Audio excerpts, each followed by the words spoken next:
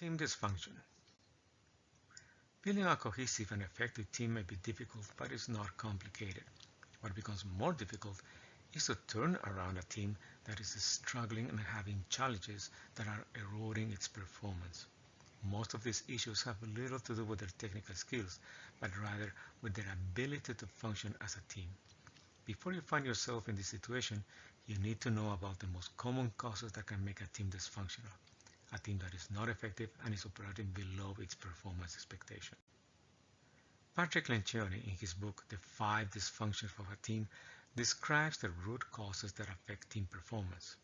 The 5 dysfunctions are absence of trust, fear of conflict, lack of commitment, avoidance of accountability, and inattention to results. The causes of dysfunction are both identifiable and manageable. However, making a team functional and effective requires effort and dedication. Absence of trust. When they don't trust each other, team members are afraid to communicate honestly and openly. They hide their real thoughts and feelings. They are unwilling to take responsibility for fear of making mistakes. If team members cannot communicate honestly, they cannot possibly build an environment of trust. Members of effective teams trust one another on a fundamental emotional level, and they are comfortable being vulnerable with each other about their weaknesses, mistakes, fears, and behaviors. They get straight to the point because they can completely be open with one another without filters. Your role as a leader is to lead by example, show your own vulnerabilities, share your experiences, and foster an environment that breeds trust. Trust is the fundamental foundation of teamwork.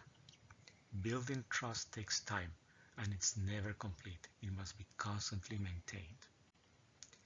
Fear of conflict. When team members don't trust each other, they are reluctant to confront each other because they hide their feelings and do not communicate.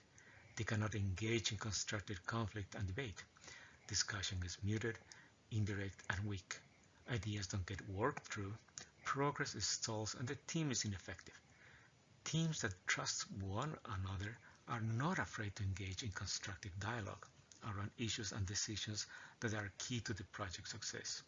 They do not hesitate to disagree with and challenge and question one another, all in the spirit of finding the best answers, discovering the truth, and making good decisions. Good conflict among team members requires trust, even among the best teams. Your role as a leader is to never jump towards premature resolutions. Require team members to engage in constructive conflict, moderate when needed, and model appropriate constructive conflict behaviors. Lack of commitment. When team members are not committed to the team and the project, they just go through the motions of attending meetings and appearing to follow up. They do not take opportunities to improve the project. Teams that engage in constructive conflict are able to achieve true buy-in on important decisions, even when some members of the team initially disagree. That's because they ensure that all opinions and ideas are put on the table and considered, giving confidence to the team members that all options have been taken into account. Commitment requires clarity and buy-in, but does not require consensus. Your role as a leader is to create clarity, review decisions, deadlines, next steps, roles and responsibilities, and ensure everyone shares their opinions. Avoidance of accountability. When team members don't trust each other, they won't discuss things honestly and they will not hold each other to a standard of accountability.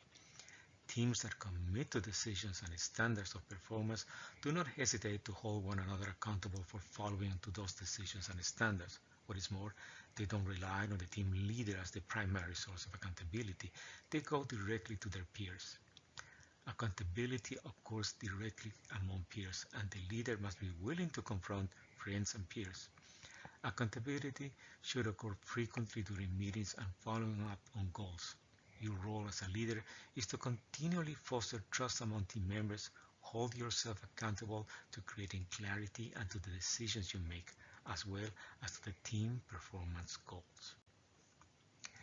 inattention to results.